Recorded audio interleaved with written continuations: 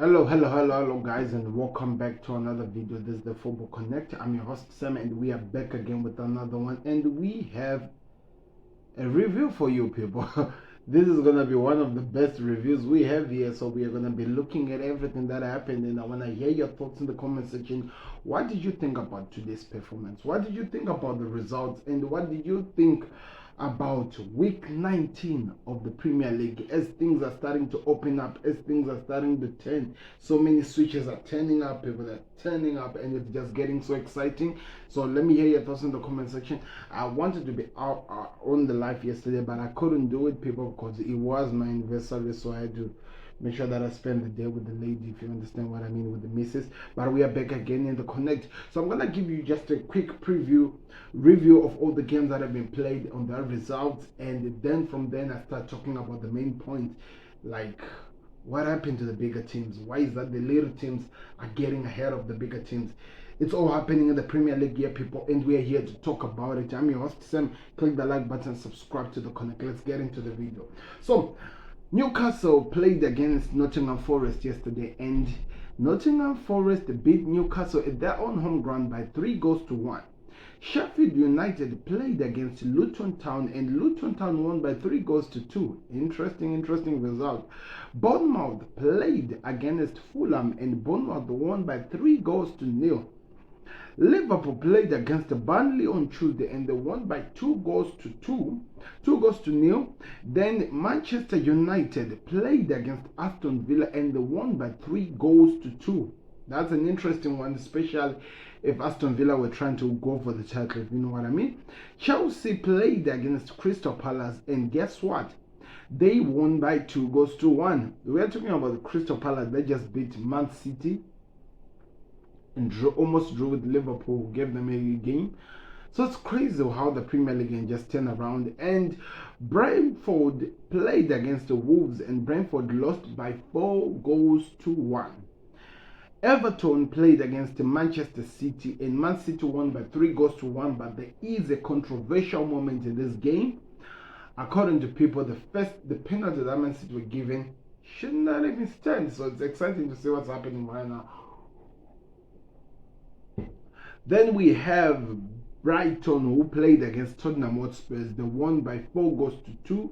But to be honest, this was a battering from start to finish. This was a proper battering from start to finish. And everyone who was watching the games would tell you the truth. This was a proper battering. Anyway, let's move on from that. Arsenal played against the West Ham, and the game ended by 2-0. A controversial VAR moment as well, as some people believe the ball had gone out of play. So we're going to be talking about these things because, it seems like VAR again doing what they do the most, which is actually deciding where the title is going. So I'm gonna be talking about that. Then also we look at the league, because as things stands right now, Liverpool remains at the top of the Premier League with 42 points. They've got 42 points, and number 2 now, it's us now with 40 points, who have lost, by the way, 3 games, drawn 4 games, and that's how in the won 12. Liverpool have drawn 6 games and lost 1. Aston Villa have lost 4 games, drawn 3 games, and won 12, as well as Man City have lost 3 games, drawn 4 games, and have won 11, and they have a game in hand. If they win that game, they go either leveled with Arsenal or even ahead of Arsenal. So that is going to be interesting to see how that one's going to play out, because there is now so much pressure now when it comes to Arsenal. Going to the relegation battle, this is very important. I'm going to do this before we go from Sheffield United are now at the bottom, people. After they were beaten by Luton Town, they are now at the bottom with 9 points. They've lost 19. They've lost 14, drawn lost 14, drawn 3, and won 2. Burnley are on top of them with 11 points, who by the way have lost 14, drawn 2, and also won 3.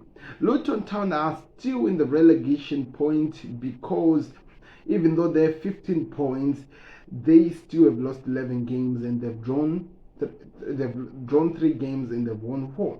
Everton are at the top of them with 16 points, even though they've won 8 games and they've drawn some things because they had a little problems with the law and they had to have their points cut. So we'll stop there. So I just wanted to give you a preview. If you're listening from Spotify, you now know who's at the top, you now know who's at the bottom. Let's get and start talking about the games, because we had some exciting games, to be honest, and so many people have to give us their thoughts on the games, because after that we need to do a preview, because week 20 begins as soon as tomorrow. Oh, by the way, I mean tomorrow because it's already AM where I'm streaming this from, or where I'm recording this from. So because the game actually finished around almost 1 p.m. in my time. So as I'm making this video, it's actually 1 a.m. So I hope you appreciate by hitting the like button and subscribe to the connect, because look at the time I'm doing this stream, people, and I'm doing it for you. So show some respect. Anyway, I'm joking. Let's get into the video. We're talking. So Arsenal dropped points to West Ham. This was Arsenal's year. According to any person you have heard, any Gunnar who has talked, they said this was Arsenal's year. If you go to the Football Connect Facebook page, just go check it out. I put out a video which was done maybe 2 or 3 weeks back, when Jose Mourinho was talking to Mikel Obi, and he was asked who does he think is going to win the Premier League. He said 52 points to Liverpool, to Man City, sorry. He said 51 points to Man City, 49 percentage, 51 percentage to Man City and 49 percentage to Liverpool. Then he was asked, no, Arsenal. And we were talking about this while Arsenal were at the top of the league. And the guy went like, nana. The guy literally went like, nana. Now we come back here. We are looking at the results. Things have turned up. But also, I really want to give a special mention to this one, because I think that's very important to look at it. Have you ever noticed that every single time after Anfield, Arsenal never looked the same? Even if they perform so amazing, even though they do so well at Anfield, after Anfield, they always struggle to get back into their level best. And are we, in a way, witnessing the same thing happening again? I don't know for the how many time now. How does that even happen? Because, to be honest, if you're watching this game, Arsenal did not deserve to lose that game, but as well did not deserve to win. Why do I say they did not deserve to win? Having the position, the raw amount of position in a game does not win you games. That is well known. Having the position of the games does not win you games. For you to win games, you need what we call killers. The people who turn all the things that are coming out and actually score goals. And that's one thing that we are seeing countless and countless times that Arsenal doesn't have. And now when we look at it at the end of the day, we look at where they are, and you can see that they're struggling to get anything special, to actually get the games, to actually win the games. And they need to start winning games if they're expecting at least to win the league, because everyone is calling it Arsenal winning this league this season. And if they need to win the league, this is when they need to start showing that, because this was the first time seeing their best players not in it. As much as, okay, Saliba was in the game, as much as they were hard to penetrate, to go to actually put some threats on the goalkeeper, even on the defense, we have to talk about the fact that there were only 2 chances that West Ham needed. Only 2 chances. And all those 2 chances were turned into goals. And if you have to look at it from a person who's watching this and actually hoping this team does something, this has to worry you. This has to worry you, because you need your team to actually finish their dinner. If they can't, that becomes a problem. And that's what exactly we saw in this game. They need to start turning their results into something. They need to turn their results into tangible things, because this cannot continue. Their position, their control of the game has to turn into winnings, because if it doesn't, we talk about this as them being outclassed. I know people are talking about them being robbed, but we talk about them now as being outclassed. Because being outclassed is you trying your best but failing to actually getting something out of what your best is, but another team trying their less but with their less able to create the best moments and taking advantage of those best moments, get them to win games. And that's exactly what I think we saw from West Ham. They spent 90% of this game defending. So it means their best, which was defending, they did it so well that they controlled Arsenal. And from their best, they got 2 chances and they converted them. Which means that they won the game because they converted their 2 chances. Now there is this story that Declan Rice has come twice. He's now played against West Ham twice now. One in I think it was Carabao Cup, and the other one in this Premier League. And in both of times he has failed to beat his former team. And now all these things has to count for something, because at the end of the day, look where they are. And look where the other teams are. It's that time of the week we has to actually come in first facts. Maybe the truth of the matter is actually what you're seeing, because people are saying that Arsenal looks more dangerous this time, even though they're not playing as good as they were playing last season. Last season they were playing so good, but they had that Anfield trip and they started losing their concentration and they lost it all. Means their mentality is always hindered at Anfield. Last year they actually played so well, but Liverpool took over. This season it was a little bit different because they played in the first 15, but Liverpool took over and they made Arsenal world. They struggled. Liverpool should have actually won the game. If that Odegaard handball was given, Liverpool should have won the game. Or also we can talk about that Trent Alexander shot that he hit the post. Liverpool should have done that. We also talk about Joe Gomez hitting the ball and it was just wide from actually doing something. So at the end of the day, you can see that maybe it's Anfield or something, but something with Liverpool always plays with the mentality of Arsenal. Because this whole entire season, they have not lost their home ground. This whole entire season, until today, Moyes has never beaten Liverpool, Manchester United, Man City, and Arsenal at their homes. And he has played there in their homes for 72 matches until today. He has come to the Emirates and beat Arsenal. So that has to tell you something about how the mentality of this team has really been shaken. Also, just to throw it in there, Manchester United went to Anfield and they drew 0-0. They played with West Ham the next game and they lost by 2-0. Arsenal went to Anfield and drew 1-1. Went to West Ham, played with West Ham next and they lost again the game by 2-0. Now these are just coincidences that I'm throwing up there because guess what, I'm a Liverpool fan. But also we also have to first smell the coffee. This was a team that has played almost 3 or 4 games or even 5 in a row with the same starting 11, and they did this in the month of December. If I know the most important thing that a manager has to do in the month of December is rotation, why didn't Mikel Arteta do so? Why didn't he try to rotate with the smaller teams? At least rest some of your most important players. Rest them and put them when you need to. Why didn't he rest them? Because at the end of the day, you are looking at this team, and as much as we're going to talk about what has happened, these guys are tired because they're playing a game each and every 3 days, sometimes 2 days from the month of December. This is the busiest month in the Premier League.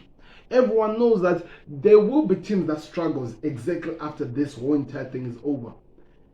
And I'm wondering, can we about to see a Mikel Arteta's crisis starting now? So many questions, people, and I'm here for them. I want to know your thoughts in the comment section. Let me know what you thought of the game. I want to hear what you expected from this, because I told you, to be honest, as much as there is that controversial moment, Arsenal were outclassed. Now let's talk about VAR as the last part of this game. Was that ball out? Because so many Gunners and some of the pundits do believe that the ball was out. Why didn't we not move on to the new technology that makes this easier? I thought this chance was near the 18 area. Why can they not use the goal line technology? I thought they said that they put a chip inside the ball that when the ball is going out, the goal line technology is quick to give an indication to the ref that the ball is out. Why can't we use it? Because that is the same line. Why wasn't it used? Some things are questionable in the Premier League. I can't tell, to be honest, with my honest eye, and I can tell you for a fact, the guy in the VAR did not even know what to call it. Because whether he gave in the ear said it's not a goal or it's a goal, the whole world was going to go mad. In this case, it's just unfortunate that it came at the end of Arsenal. But why aren't we not using everything by any means possible that will make this small decision proper? Why? Because at the end of the day, we're coming back here and shouting about the same thing. But also when we come to talk about VAR, the inconsistency with the VAR is now getting beneath a lot of people. It's now too much, and it's affecting so many people. Something has to change. Something has to give. If we are going to see good footballing things, something has to change. And this is really, really too much. We can't take it no more. We need to see some consistency. And if we don't, we are doomed. We are doomed. Anyway, let me know your thoughts in the comment section. That was what I thought over the Arsenal thing. Let me know if you agree with me. If you are not really happy with me, I'm here for it. I start drinking my water as well at the end of the day. So let's move on. Tottenham Hotspurs were outclassed by Brighton. From the beginning, you know, there's that famous say from Troops that he said that they got battered from start to finish. That's exactly what I saw from Tottenham Hotspur today. That team got battered from start to finish. They were controlled, they were outclassed, they were made to work overtime. They struggled to get anything in this game. They struggled to find themselves. It was painful to watch, but also it was exciting to watch. Because that's what we need to see from football. But also, Tottenham Hotspurs are in trouble. To be honest, this team is really in trouble. Because they lost Romero to an injury. That team has never been so makeshifted than the way it is right now. Now they're coming after players from Liverpool. I heard that they're interested in signing Joe Gomez. Because they need players. They need players because at this moment, this team is not looking so good. Some things has to change. Something has to give, to be honest, people. But we are here for it. And I'll be here to talk about it, to give you my thoughts, to give you my feelings. But it's exciting times, guys. Football is really getting exciting. And we cannot wait to see how this one goes. But do me a favor. Click the like button. Subscribe to the Connect. 4-0, 4-2 was the final score. Tottenham Hotspurs never got into the game. They tried, they did all they could, but they were just outclassed. Kulusevski last time got away with pulling somebody's hand, pulling somebody's shirt, but today the VAR caught him and there was a penalty. You can't keep getting away with these things. You can't pull a person who's about to hit the bomb in the 18 area and expect to keep getting away with that. Sooner or later, something will happen. There's this famous saying that I always love to hear, that if you spend so much time in the barber, sooner or later you get a haircut. So if you spend so many times committing some silly fouls in the 18 area, sooner or later it will catch up with you. And I think today it was Kulusevski's day. It did catch up with him and he got punished for it. And at the end of the day, also got Tottenham Hotspur punished for it, because it just became difficult to come back. And Brighton coming back again, getting another penalty, as well as the Ispetunia or something like that is short, that is scored. That gave me some Alex McAllister vibe, beat. It gave me some McAllister vibes, it was exciting to watch. So let me know your thoughts in the comment section. What do you think about the Tottenham game as well as the Arsenal game? Let's move on to the City, because City played so well. Everton scored first though, and Everton played so well until City were given a dubious penalty. And I think from that penalty, but before the penalty, there was a goal by Phil Foden, which inspired City to come back. Then the penalty came along. And from the penalty, Bernardo Silva scored in the last minute. If that was not given, this game could have been different. If that penalty was not given to give City the upper hand. Remember, this is a mentality game. Remember, it's a mental game. It requires teams to be focused. And you're dealing with a team that is always consistently pressing you. If you're controlling the game and they get an advantage from the referees, it always causes problems. Because, okay, let's say that that ball was a handball. Look at how close Nikita Aki was. Look how close Aki was from that. As well as, how does that even make sense? A week before you refused Odegaard controlling a ball against Liverpool, which was a penalty. How does that make sense? So you see the inconsistency always find us now questioning a lot of decisions that has been done by the referees, or i.e. the VAR errors, and all these things are causing problems in the Premier League. We need things to be fair in favor, clear in favor, and you saw that Sean Dyche was not happy, and I don't blame him. I'm not happy either. Anyway, let me know your thoughts in the comment section as we move on from this, as we are gonna be looking at Wolves 4, Brentford. But before that, let's talk about the other important games. Nottingham Forest 3, Newcastle 1. Woods came back to hunt his former club. Woods came back to hunt his former club. Scored a hat-trick. Yes, people, we saw that. He scored a hat-trick. And all the things never made sense from then. There was no way to come back. This team struggled to find their feet into the game. I just feel like they're tired, man. December month is this thing that it gets you so tired. And if we can be honest, Champions League came too early for Newcastle, and as well as the charges for one of their star players that they signed this season who was supposed to be pivotal for Eddie Howe's team. All of these things are playing a part in terms of how this team is looking like. And at the end of the day, we are now wondering exactly where are they going, what's going to happen. It's just too much, and it's getting to... We are seeing the cracks now, to be honest. We are 100% seeing the cracks. So it's really exciting to see how this one will play out like. But there are some problems now. There are some crazy problems. Anyway, we'll be here to talk about it.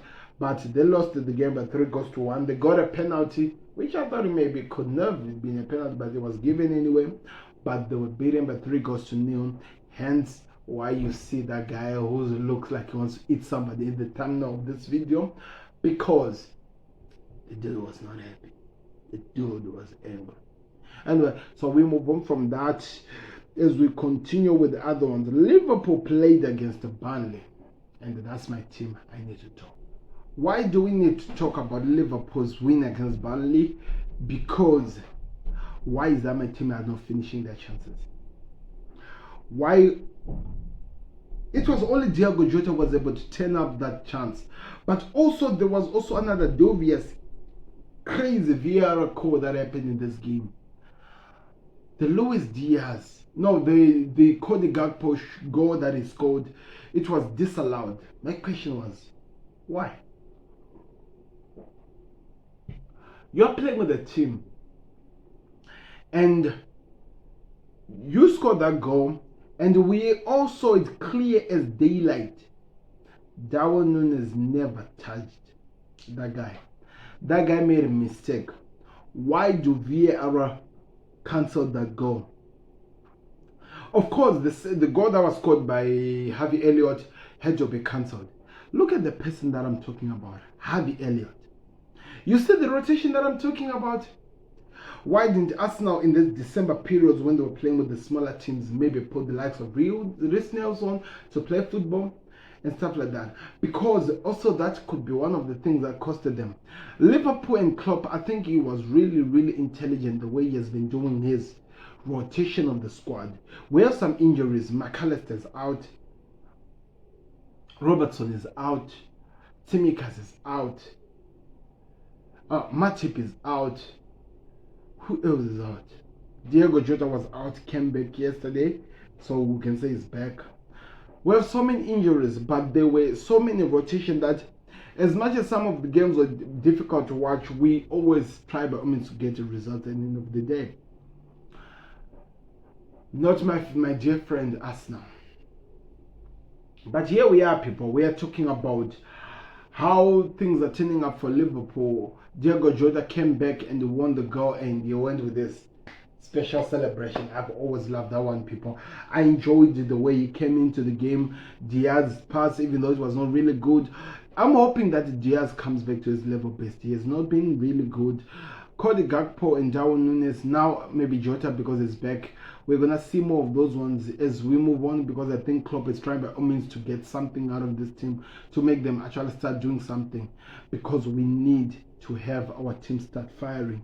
We need them starting to convert so many of those chances that they're making, because Salah is going for the AFCON and we need our front three without Salah to do something, and that is my worry as we go to this January moment, because we need to keep winning, because so many Arsenal fans right now are banking on this, that yes, Liverpool could be 42 points up top, but January Salah is going to the AFCON.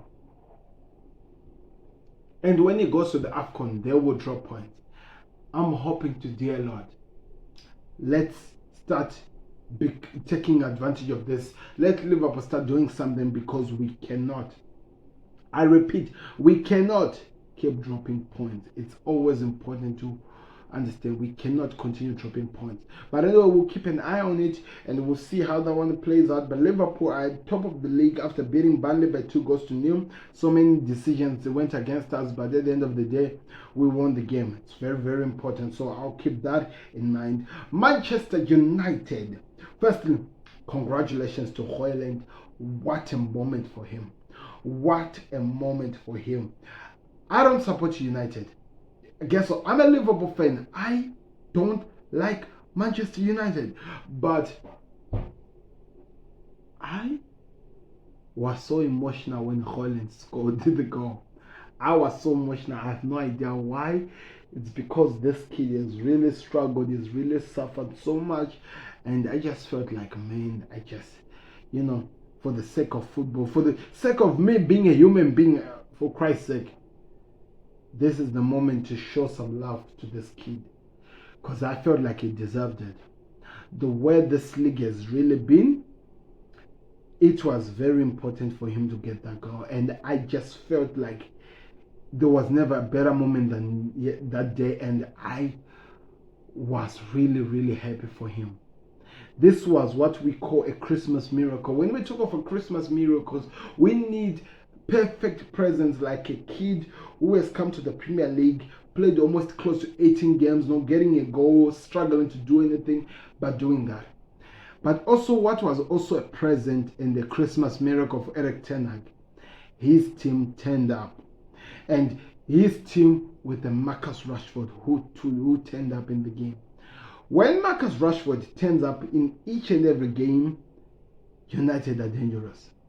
The passes he did to Garnacho was amazing. And I think actually Ten Hag might actually have found a trick. Garnacho on the right, Rashford on his best left side, and Højlund up top. That could be the winning formula he needs at the second half of this season to actually start doing something meaningful. 2 goals were scored by Højlund, well deserved. Martinez, and they played so well to get the win. But what's wrong with Aston Villa? What's wrong with Aston Villa? This team somehow just disappeared from planet Earth.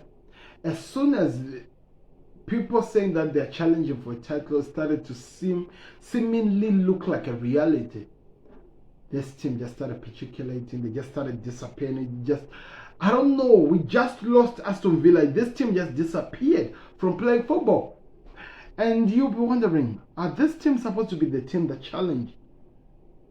Is this the team that's supposed to get something at the end of the day? It's worrisome. It's a worrisome situation. And It did not make sense. That's the second game they've lost, or they've failed to win a game. They drawn against Sheffield when they were supposed to have won the game and gone on top of the league, but now they've lost to a Manchester United team that was really, really looking for help. It's a worrisome. So it's a moment that we need to keep an eye on, seeing where exactly this team is going to go on and what exactly they do. But at this moment, they're in trouble. Chelsea actually won a game, but there are some problems in this Chelsea team. Romeo Lavia, coming from the injury, played this first game, goes back again on the sideline. He's out again, people. He's out. I repeat, the guy is out. That's a worrisome. You signed a player to do some game. You signed a player to actually do something better. He's failing to actually play a game, actually do something meaningful, to keep doing something that is done. He's out again. They worked so hard. That penalty at the end helped them to get something against this Crystal Palace team, which I felt like really did not play so well. With what Crystal Palace has been doing, they were not really that good. Now things looks upside down, looks so way much different than their way. It's exciting times, people. Do me a favor, click the like button as we continue. I think Fulham lost to Bournemouth. That was crazy. Did not see that one coming. Dominic Solanke doing wonders, people. Now in the same level as Mo Salah, 2 points away from actually reaching Hoyland. So Haaland, not Haaland. It's looking exciting at this moment, people. It's looking so much exciting. Brentford were beaten by Wolves by 4 goals to 0. That doesn't make sense. To be honest, that never makes sense. How do you lose like that? How do you even find yourself losing like that? Have I forgotten any other team that I haven't talked about? Luton Town beat Sheffield by 3 goals to 0. I told you from my predictions in the beginning of the season that the surprise package of this season for me could be Luton Town.